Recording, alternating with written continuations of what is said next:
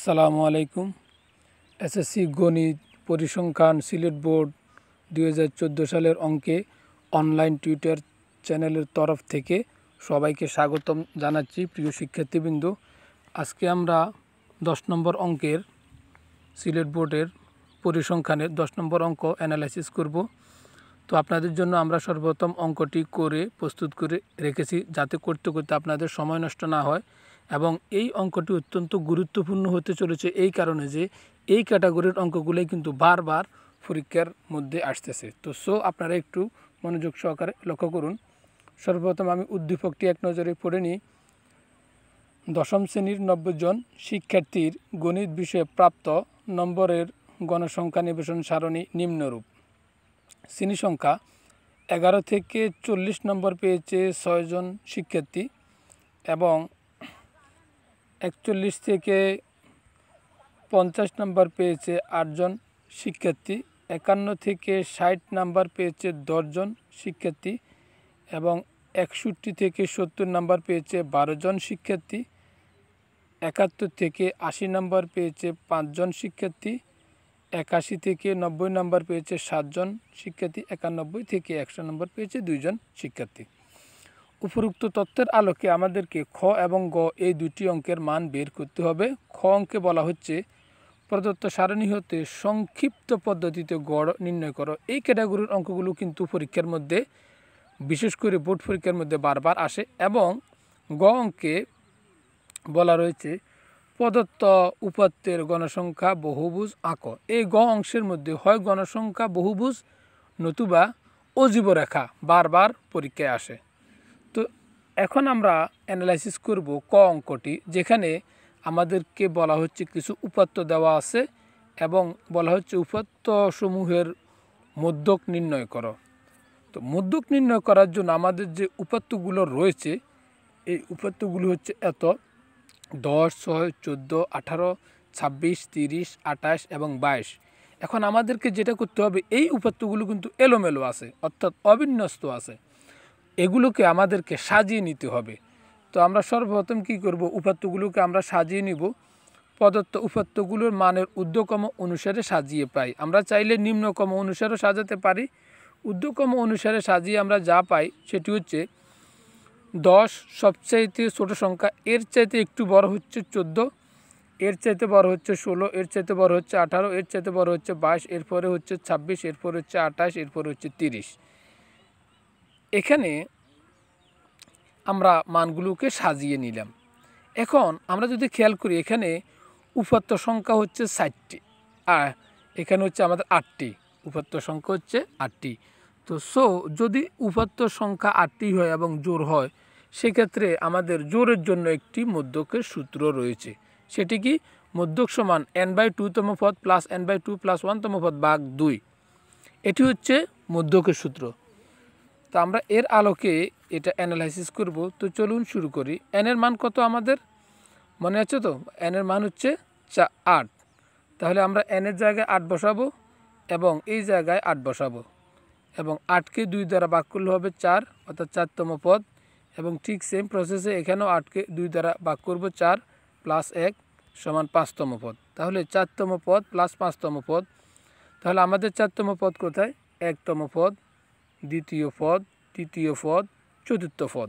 তাহলে চতুর্থ পদ কত আমাদের? 18। তাহলে পঞ্চম পদ 5তম পদ হচ্ছে 22, 18 যোগ 22। তো দেখুন 18 যোগ 22, তাহলে আমাদের এখানে কত হয়? এই যে 18, এই যে 18, এই যে 22। তাহলে 18 এবং 22 যোগ করলে আমাদের হয় 40, এবং 40কে 2 দ্বারা ভাগ করলে হয় 20। 40কে 2 দ্বারা ভাগ করলে হয় 20। এই 20 হচ্ছে মধ্যক, এই 20টি হচ্ছে মধ্যক। এই যে 20, এটা হচ্ছে মধ্যক, অর্থাৎ মধ্যকের মান হচ্ছে 20। এখন আমাদেরকে সংক্ষিপ্ত পদ্ধতিতে গড় নির্ণয় করতে হবে।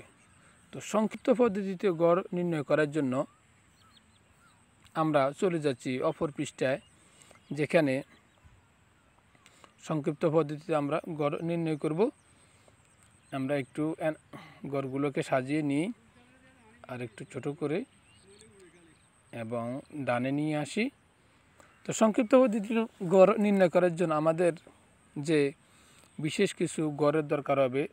শ্রেণীব্যক্তির গড়টা আমরা উদ্দীপক থেকে পাবো, গণসংখ্যার গড়টা আমরা উদ্দীপক থেকে পাবো, আর বাকি যে তিনটি গড় রয়েছে এই একটি গড়, এই একটি গড়, এই একটি গড়, এই তিনটি গড় আমাদেরকে ক্রিয়েট করতে হবে বা বানাতে হবে।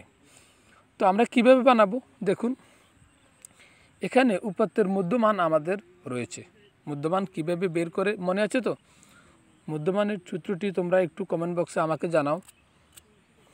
তো ঠিক আছে, আমি বলছি উর্ধ্বমান প্লাস নিম্নমান ভাগ 2। উর্ধ্বমান হচ্ছে আমাদের 40, নিম্নমান হচ্ছে আমাদের 31। 40 এবং 31 71, 71কে আমরা যদি 2 দিয়ে ভাগ দিই তাহলে আমাদের হয় 35.5। এভাবে করে প্রত্যেকটা কাজ করতে হবে। উর্ধ্বমান হচ্ছে 40, উর্ধ্বমান হচ্ছে 50, নিম্নমান হচ্ছে 41, এবং এটাকে যদি আমরা 41 এবং 50 হিসেব করি তাহলে 91, এবং এটাকে 2 দ্বারা ভাগ করলে হয় 45.5। এভাবে উর্ধ্বমান হচ্ছে 60, নিম্নমান হচ্ছে 51, এবং 111, 111কে 2 দ্বারা ভাগ করলে হয় 55.5। এভাবে করে আমরা সবগুলো শ্রেণীর মধ্যবিন্দু আমরা নির্ণয় করব। এখন কোন শ্রেণীর মধ্যে আমাদের শূন্য থাকবে সেটা আমাদেরকে ফাইন্ড আউট করতে হবে। যেমন এই জায়গায় আমাদের শূন্য রয়েছে, আমরা কিভাবে করব? এখানে যে শ্রেণীব্যক্তির যে গড়গুলো রয়েছে, যেমন এখানে কয়টা শ্রেণী আছে, যেমন একটা শ্রেণী, দুইটা শ্রেণী, তিনটা শ্রেণী, চারটা শ্রেণী, পাঁচটা শ্রেণী, ছয়টা শ্রেণী, সাতটা শ্রেণী। যদি এরকম বেজোড় সংখ্যক শ্রেণী হয় তাহলে বেজোড় সংখ্যক শ্রেণী হলে আমরা কি করব, অর্থাৎ মাঝখানের একটা গড় রাখবো। যেমন এখানে 7টা শ্রেণী, উপরে 3টা শ্রেণী, নিচে 3টা শ্রেণী রাখার পরে আমরা এই মাঝখানের যেটা সেটাতে আমরা শূন্য বসাবো, এবং সেটার যে মানটা রয়েছে সেটা আমরা এ এর মান, মধ্যবিন্দুর মানটাকে আমরা এ এর মান বসিয়ে নেব। এরপরে আমাদের ধাপ বিচ্যুতি আমাদের ইউআই যে সূত্রটি রয়েছে, ইউআই সমান xi minus A divided by H. তাহলে আমাদের এখানে xi কত? xi হচ্ছে 35.5, এ কত? এ হচ্ছে 65.5। তাহলে আমাদের এখানে 65.5 বিয়োগ 35.5 বিয়োগ 65.5, তাহলে আমাদের থাকে 30। সেটিকে 10 দ্বারা ভাগ করলে হয় -3। এভাবে করে আমরা পরবর্তীতে 45.5 বিয়োগ 65.5 আমাদের থাকে -20, সেটিকে 10 দ্বারা ভাগ করলে হয় -2। এরপরে আবার 55.5 মাইনাস 65.5 হয় আমাদের রেজাল্ট দ্বারা -10, -10কে 10 দ্বারা ভাগ করলে হয় -1। এরপরে 65.5 ডিভাইডেড বাই 65.5 যেটা হয় 1, এবং এই 1কে আমরা যদি 10 দ্বারা ভাগ করি, 1কে আমরা 55, আমাদের এখানে xi হচ্ছে 65.5 এবং এ হচ্ছে 65.5। 65.5 থেকে 65.5 চলে যায় শূন্য, শূন্যকে 10 দ্বারা ভাগ করলে শূন্যই থাকে। এরপর হচ্ছে xi হচ্ছে 75.5 মাইনাস 65.5, তাহলে হচ্ছে আমাদের 10 হয়, 10কে 10 দ্বারা ভাগ করলে 1, এবং পরবর্তীতে 85.5 ভাগ 65.5 যেটা হয় আমাদের 20, 20কে 2 দ্বারা ভাগ করলে 10 দ্বারা ভাগ করলে হয় 2, এবং 95.5 ভাগ 65.5 এখানে আমাদের ভাগ 95.5 বিয়োগ 65.5 আমাদের হয় 30, এবং 30কে 3 দ্বারা ভাগ করলে 10 দ্বারা ভাগ করলে হয় 3। এবং আমরা সামেশন fi ইন্টু ইউআই এই গটির এখন আমরা কাজ করব। কীভাবে কাজ করব? fi এটা, এই fiটা এবং ইউআইটা আমরা এই দুইটা অঙ্ক আমরা গুণ করব। এখানে আমাদের fi হচ্ছে 6, ইউআই হচ্ছে 3, তাহলে 3 6 18 প্লাসে মাইনাসে মাইনাস। এখানে হচ্ছে আমাদের fi হচ্ছে 8, fi হচ্ছে 8, ইউআই হচ্ছে -3, 8 দুগুণে 16 প্লাসে মাইনাসে মাইনাস। fi হচ্ছে 10, ইউআই হচ্ছে -1, 10 একে 10 -1। fi হচ্ছে 12, ইউআই হচ্ছে 0, 12 এবং 0 গুণ করলে 0, fi হচ্ছে 5, ui হচ্ছে 1, 5 এ 1 5, fi হচ্ছে 7, ui হচ্ছে 2, 7 দুগুণে 14, fi হচ্ছে 2, ui হচ্ছে 3, 3 দুগুণে 6 এবং প্লাসেরগুলো মাইনাসেরগুলো ক্যালকুলেশন করলে আমাদের যেই রেজাল্টটা দাঁড়ায় সেটা হচ্ছে minus summation fi into U এর মান হচ্ছে -19। এখন আমাদেরকে যে কাজটা করতে হবে সেটা হচ্ছে নির্ণয় গড় করতে হবে।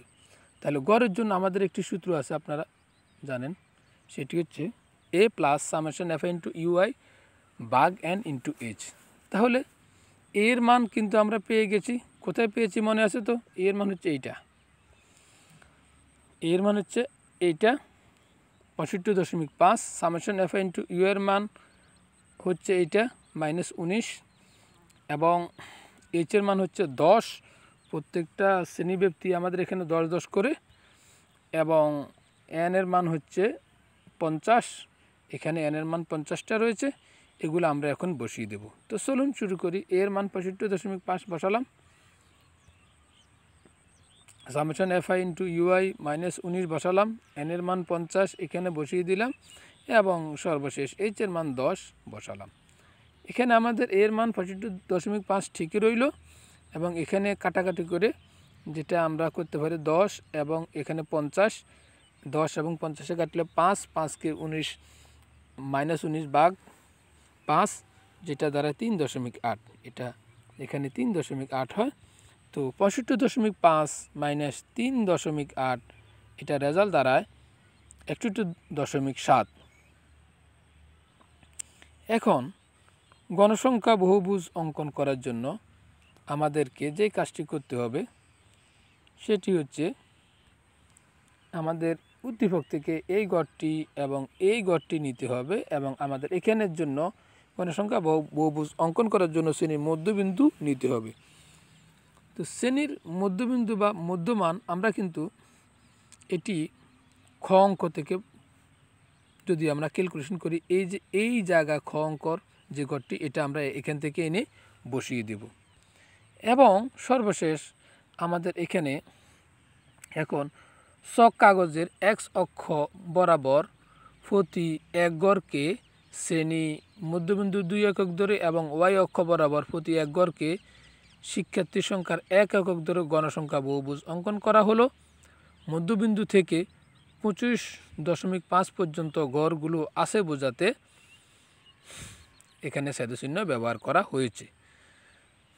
তো এখানে আমাদের এই যে গড়গুলো রয়েছে 65.5, এখানে আমাদের একটু পিডিএফটিতে একটু আমাদের ভুল হয়েছে, সেজন্য আন্তরিকভাবে দুঃখ প্রকাশ করছি। এখানে 65.5টি রয়েছে, সেটি এখানে হবে 65.5। সেকেন্ডলি 45.5 যেটি সেটি এখানে হবে 45.5, 55.5 এখানে হবে 55.5 এবং 65.5, 65.5 এই জায়গায় হবে 75.5, 75.5 এই জায়গায় হবে। এরপরে পরবর্তীগুলো এভাবে করে ধারাবাহিকভাবে হবে এবং এখানটায় গণসংখ্যা